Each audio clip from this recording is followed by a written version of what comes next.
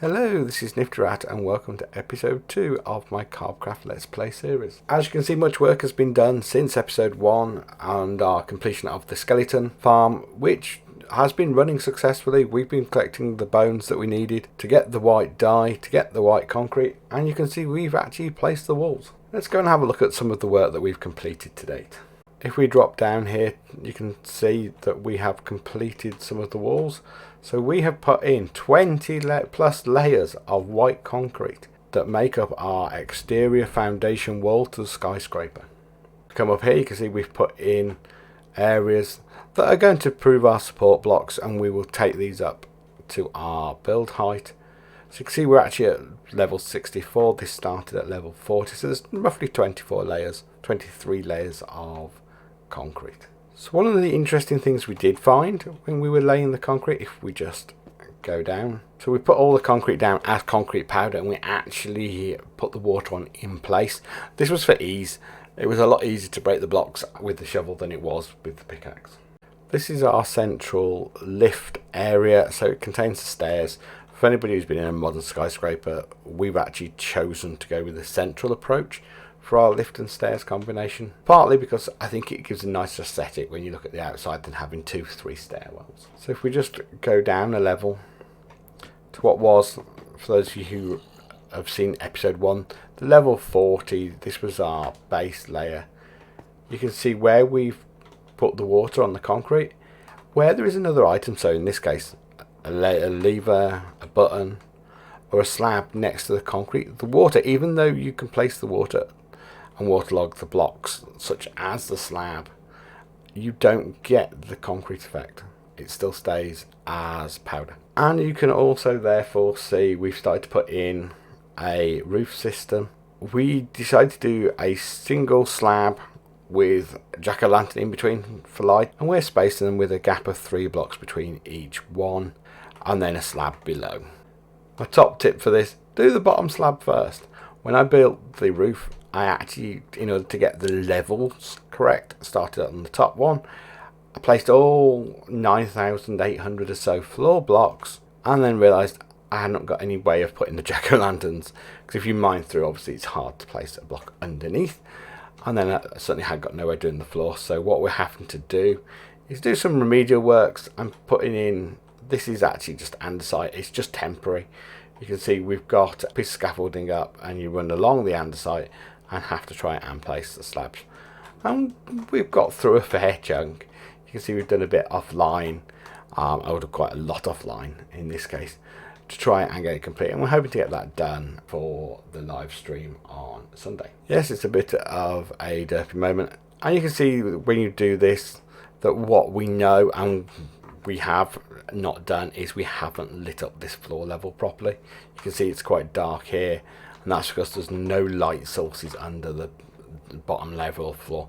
We know that's got to be done. Again, we'll have to do a similar method to what we've done here, probably not complicated, simply because we have more floor underneath. It's not just open air, but certain areas, because they were the ravine, and this is a prime example. I know if I dig through here, in fact, let's just do that, you can see actually if I look underneath the floor, you can see, yeah, we've got the lava down there at about Y level 6 as opposed to the Y40.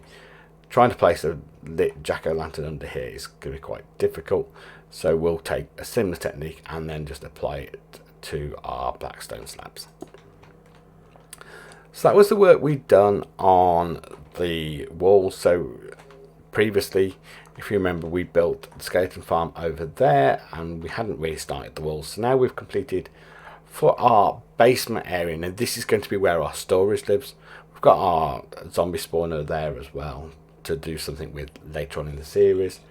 But this is going to be our basement, and consequently we'll put some lighting around each room, and we're going to put our storage. You can see we've got some chests there that need to go and be replaced with the concrete. The reason the concrete's missing is so I could get into the actual chests. But we're going to turn this all into various storage rooms for our sort of items, so our concretes, our stone and our wood. So if we go back out, you can see we've put some iron doors in. The iron doors are to help if any zombies spawn or skeletons or anything that might knock down the doors of wood. We had wood and they weren't very effective. One interesting aspect I have found that I hadn't realised was slabs as a half slab do not prevent a beacon beam. Now we have just tidied this up by putting a row of blocks. This again is the same roof construction, so slab, jack-o'-lantern, slab. And you can see if we come to here that the beam is going up through our slabs. So no worries with that one on this occasion. Here we've actually gone for a slightly different construction on what's going to be the next floor. We've actually done bottom slabs, jack-o'-lantern, and then we'll do bottom slab again. This makes tidying up the edge a little bit messier, whereas here you've got a nice, what I think of as an ice cream sandwich, so wafer with ice cream in the middle. We end up with effectively a double wafer on the edge, so a full block, single. And it won't look hard, it looks nice once it's completed. And this will be the last floor where we have that smooth stone single combination. The rest of it will be done out of different materials as we go up in our skyscraper, from the utilitarian up to the more exotic luxury rooms. And you can see here we've got our stairs. Now our stairs run up our central pillar, and if we just go up the stairs we can have a look and see how we did the construction a little bit further up. You can see we put our smooth stone and then we put our stairs on top just to create a simple effect. We've got still to finalize the design for the stairs themselves in terms of how we're going to light them up. That's the only thing left to do. We want to put some iron railings around when we've got the rest of the building put up, just so you don't fall off. At the moment it's wear elytra. If you don't, you're going to fall off the stairs. And you can see if we come up, you'll see a strange black looking item. That is our Squid Ink farm. So when we were working on the build, and as we get towards build height, you'll be able to see it in more detail. You can see we want to do our initial stage up to that line there, that stone line. That's going to be where our roof starts to taper in. And this is going to be constructed primarily of glass. Now I don't want to use plain glass, I want to use a grey glass and a light grey glass combination. To do that, what do we need? Grey dye. How do you make grey dye? White dye. Well, we've got plenty of that because we built the skeleton farm. And black dye. Black dye, 2 sources. Wither roses, definitely don't have any of those. And also our Squid Ink. Was my thought. Go to the shopping area and buy some Squid Ink. That was my thought. Lots of people will be selling Squid Ink. I will be fine. Yeah. No. 9 stacks of Squid Ink, 9 diamonds. None left anywhere on the server. Sad. So I'd done my live stream on Sunday morning, Twitch TV/NiftyRat, 8 AM UK time. 2 hours plus of stream working on the building. And I was like, I've got no black ink. No. Where am I going to make some? Need to make a squid farm. So I did some research. Now, the internet's full of contradictory information. Can you just build a squid farm anywhere you like? Well, things say spawn only below Y64. Some say, only needs to be in certain biomes. I looked and thought, it says river and ocean biome on the wiki. I don't have an ocean. I'm in the middle of a forest biome. Forest, I've got plains off to one direction. There's no ocean for hundreds and hundreds of blocks. I can't go 500 blocks away and build a squid farm because then I can't. It's a pain. I've got to try and get there every time I want to use it. So particularly if I want to AFK at it, I've got to travel. I've got to hang around out there, wait for it, then come back. So instead, I thought I'll just build one over the spawnable area. Now when I was looking, I was like, I've got a river. I've got a river down here. Now that river, we know, is a river biome. And while I was stood there looking, squid spawned. So, out came the sword, and we obtained the squid ink through using our sword. So I knew they spawned. Now, it did say on the wiki about the Y level. So I'm like, well, I've been on various videos and I've seen these farms and they're not at Y64 and lower. I don't really want to build into my river because it'll make a mess. So let's try going up in the world and building one higher up. So I did. I have fairly standard, if we just jump up here, fairly standard 2 block tall. Now we've got plenty of blackstone from when we did the floor. 2 blocks. Put some slabs around to stop spawns on the edge. Put some magma at the bottom. Fill with water, 2 deep. You can see it's all source blocks, so all the bubbles form. And we know squid will appear in here from our testing. Built it up a bit so we've got room beneath to place our track. So you can see there's our 2 for our walls. If we just knock out this block just here, you can see there's our bottom layer. So then you need to leave a gap for your mine carts. Yeah, leave the gap. And then pop in a track. Now this is fairly rudimentary track. It literally goes from here up and around. If I just knock out a couple more blocks. Here you'll see there's the car, and it just literally runs into the wall, bounces back over the powered rails. The rails are powered by levers underneath the blocks. So nice and simple. With a hopper minecart on, and that will pick up anything that drops over these 2 hoppers that point into a barrel. Nothing exciting, and you can see I already emptied the ink sacks from earlier, so it's also collecting fish and some more bones, so I'm never going to complain. So we've got a nice easy food source, and we've got yet more bones.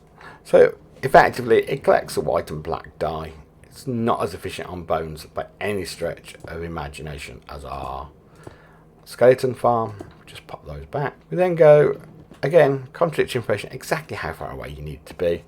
This was pretty much done by trial and error. So built ourselves a nice little box. Iron doors stop anything getting in. And we can stand here and we know squids will spawn and they will get attracted down using from the bubbles into the onto the magma blocks. Magma blocks kill them. They drop the ink sacks. The ink sacks get picked up by our hopper minecart, deposited through the 2 little hoppers into the barrel, and we just empty it frequently. Button on the wall to get out. And that's our very simple, very small. It's not big, and it's certainly, you know, I've watched videos on YouTube and I've followed various Twitch streamers who build these giant farms and they collect, you know, thousands of sacks an hour. Yeah, no, mine doesn't do that. It's tiny, but I only have a small biome to work with. I have a river and it's not very big, but it works. And what's the importance of a farm? Is it that it's the most efficient? No, definitely not. Is it that it works for your needs? Yes, that's the key. But sometimes you're limited for space. Resources. They were the only magma blocks I got in this case. So you just use what you've got at hand. Now, we've got to be careful as we go up here. I have not spawn-proofed the platforms. But you can see our central staircase goes all the way up to build height. This layer might well be coming off when we do the roof. I just wanted to complete it so we could have options later. And that's our progress. So the stairs took a fair while. We've then we're on our 3rd lot of 9,500 slabs for our floor. And if I fly down, you can see here I appear to be collecting pumpkins, simply for our jack-o'-lanterns. We need to have quite a few for the build. So what I've done is just drop a load of pumpkin seeds. Try to leave a space. You can see, not again, like most areas, because this is an area that's not staying as it is, I haven't actually spawn-proofed it. I will spawn-proof all around my base and around the skyscraper once we've finished. But this is, again, an area that's got to be terraformed as part of the build, so it's currently way too high. As you can see, we are some 10 blocks above the bottom part of the wall. So one of the advantages of bringing that basement wall up slightly was there is slightly less levels of terraforming to do. but this is just a working farm. Hello, Mr. Skellington. Not today, thank you. Ooh, creeper. You like creepers? Come here. Thank you. Don't mind people coming in and visiting who drop gunpowder. But we're just going to collect up our pumpkins. It's easy. It is definitely easy during the day. As I say, one of the key things of a non-spawned proof area is it does obviously release the mobs, which is good if I get creepers, because creepers give gunpowder, gunpowder give rockets, and you can see we've got 19 rockets left. And you can see there we've picked up 52 pumpkins. It's nearly a stack. Every time we mine that area, it's nearly a stack that we pull out. But we need to continue our work on our roof of our first floor, because I would like to get this area done just so I can get the storage design laid out. We're going to have a corridor that's about 5 or 6 blocks wide, and then rooms off with lots of barrels for storage. And we're going to split our storage so into pretty much quadrants. So all the stone, all the wood, all the fun components, and we might do some little walls in between for things like a room devoted to concrete and a room devoted to wool, that sort of idea. We're going to play it by ear a little bit on our storage. We're not planning to do a sorter. It will all be manual because of the size of the space, because of how I want to lay each room out. We don't need that extra complexity of a redstone sorting system. It would have to be too long. It would cost way too many chunk borders to be reliable. We could build lots of individual ones, but if we go into that trouble of laying it out, let's not bother. So I'd just like to say, if you've enjoyed this video, please drop a like on the box below. Much appreciated. Any comments always welcome. I have a lot of ceiling to complete. You can see I've jack-o'-lanterned this part of the ceiling.